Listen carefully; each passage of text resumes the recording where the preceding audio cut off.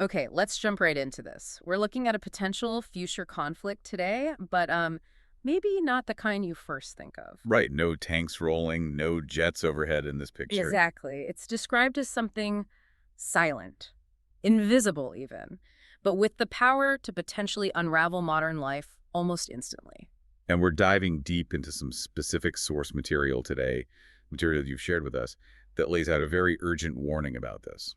Yeah, it's quite stark. This source argues the real danger isn't some far-off threat. It claims it's already underway, kind of digital war. Fought with 21st century weapons, as the source puts it. So our mission really is to unpack what this material is claiming. What is this danger, according to the source? Why do they think it's happening now? And crucially, what's the solution they propose?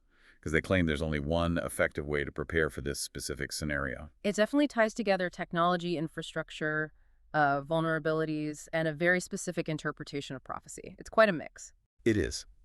So let's break down their central argument. They don't just frame this as a tech threat or a physical one. They actually call it spiritual. Even biblical, that's a key part of their framing, isn't it? Absolutely. The source directly connects current events to biblical prophecy, mentioning things like Revelation, the opening of the seals. And the rise of something it calls the beast system. Right. And this is where it gets really specific technologically. The source identifies artificial intelligence AI as this beast system. Okay, so AI itself is the beast. How do they explain that? Well, they claim it's becoming deeply embedded everywhere. Banks, cars, smart homes, you name it.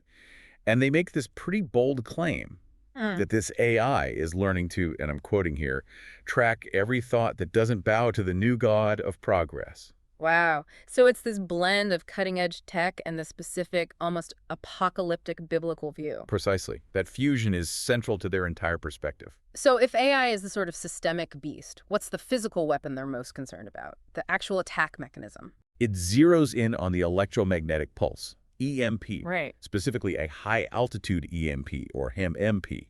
They even mention hypersonic MP, possibly launched by nations like China, according to the source. And how does that work based on their description? It's not a bomb in the traditional sense. No, it's described as an invisible, incredibly fast surge of energy from way up high. Okay. This pulse travels down and essentially fries, just incinerates unprotected electronics in its path. Anything with a circuit board, basically. A silent, invisible wave. And the result, what's the outcome they predict? Catastrophic. Total.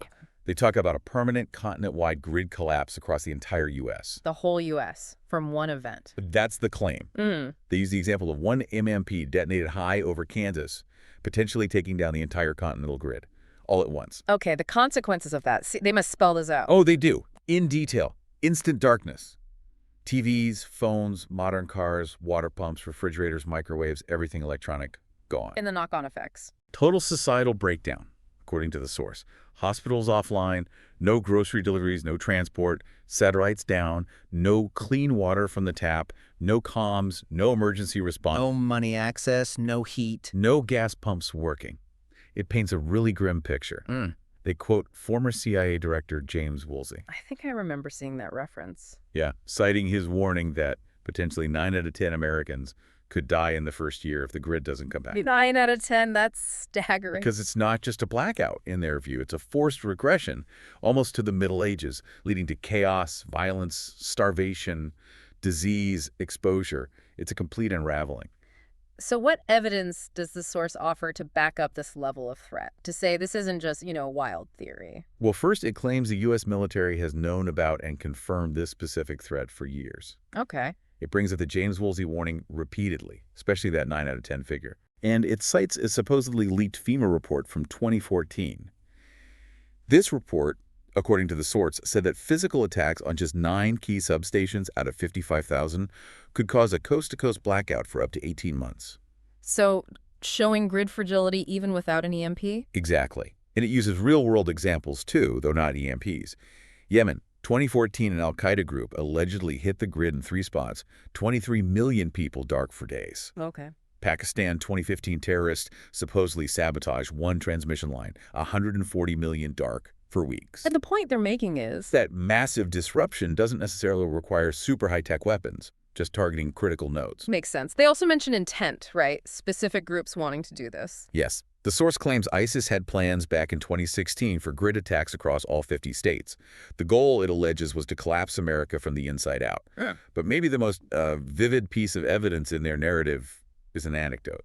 Ah, the film. Yeah, the author, Henry Morris, which they state is a pen name, says an intelligence contact showed him a Chinese propaganda film. And he interpreted it how? Not just as entertainment, but as China's actual hidden battle plan to essentially neutralize or humiliate the U.S. without a traditional war by targeting infrastructure, all disguised as media. So that film becomes a kind of proof point for their specific warning. It seems to function that way within the source's argument, yes, validating the urgency and the nature of the threat they perceive. Okay, so if that's the threat, this silent, catastrophic, grid-down scenario linked to AI and prophecy, what about preparing?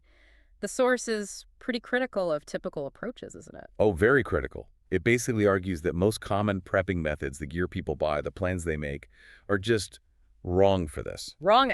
Preparing for the wrong disaster, using the wrong gear, and having the wrong mindset. That's their core critique. And the fundamental reason they give? It boils down to electricity. Most modern solutions, even fancy survival gear, need power. And in their scenario, the power is gone permanently. Can you give some examples they use? Sure, solar panels, great, right? But useless, they argue, if the EMP fries the inverter, the electronic part that makes them work. Okay, that makes sense. Faraday cages. They say, yeah, it can protect what's inside. But what good is that if you don't actually know how to live, how to function without electricity once you open the cage? The knowledge aspect. Exactly. And the bug-out plans, forget it, they say. Your modern car probably won't start. Your phone apps for navigation. Useless. Roads will be chaos anyway.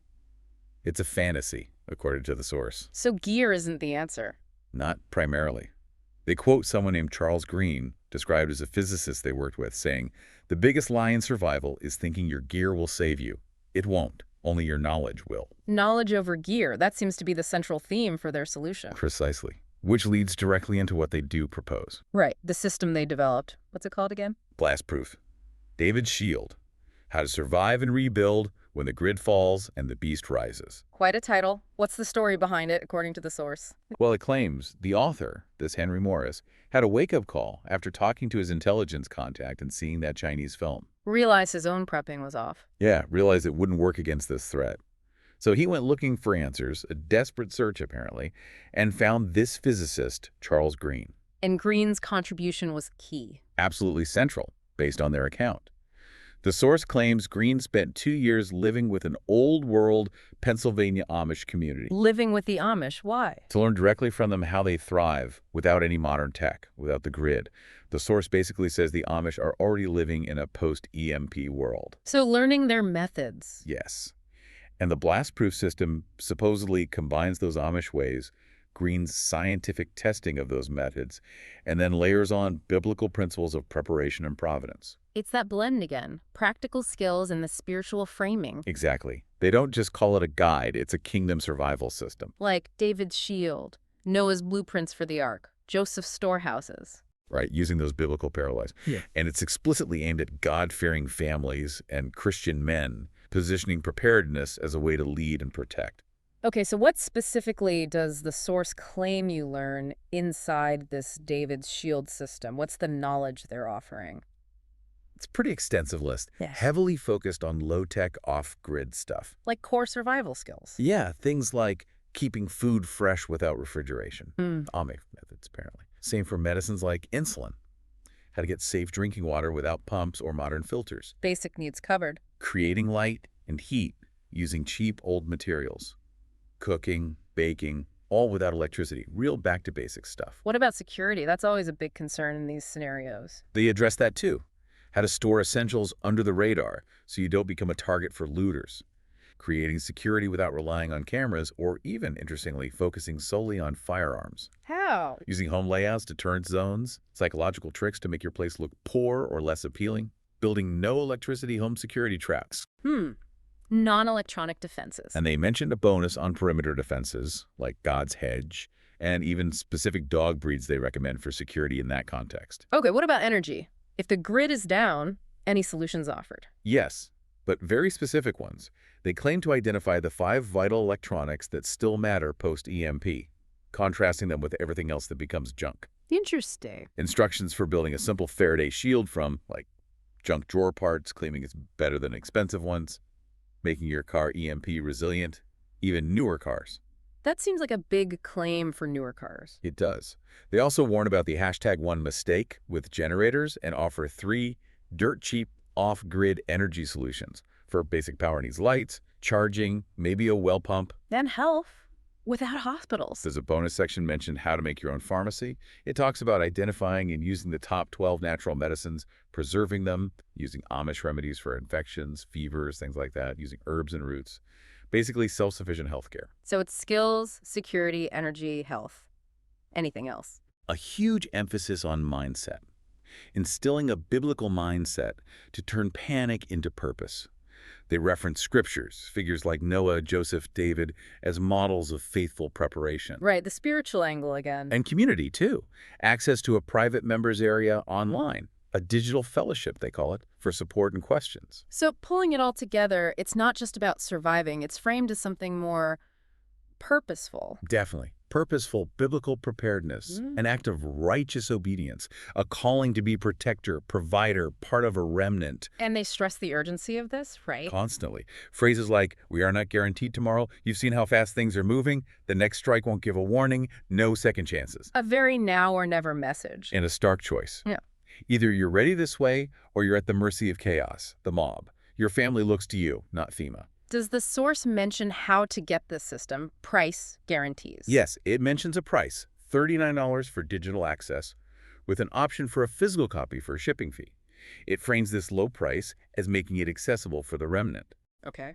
And it highlights a 60-day money-back guarantee presented as part of their offer. And testimonials, do they include those? Yep, they mention specific names: Greg H., Angela R., Reverend Daniel P., presenting them as people who've used and benefited from the system, validating its claims. Okay, so we've unpacked the source's specific threat, its critique of traditional prepping, and the solution it offers with its unique blend of Amish methods, science, and biblical framing. It's a very particular worldview and set of warnings. Stepping back from it all, though, Yeah, it does make you think, doesn't it, about our modern world. absolutely. We are just so incredibly reliant on these complex, interconnected systems.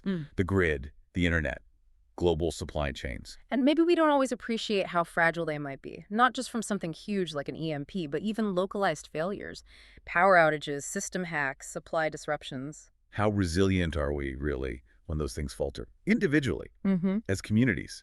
Yeah, and this deep dive into this source, regardless of whether you buy into its specific predictions or its spiritual interpretation, it really forces you to ask. What's the value of older knowledge? Exactly. Skills and methods that worked long before electricity, before the internet. Is there wisdom there? Is there value in learning how to be more self-sufficient, using methods that don't rely on that complex infrastructure we take for granted? It's definitely a provocative question to leave you with. In our high-tech world, what's the place for low-tech resilience? Something to really chew on after hearing about this perspective today.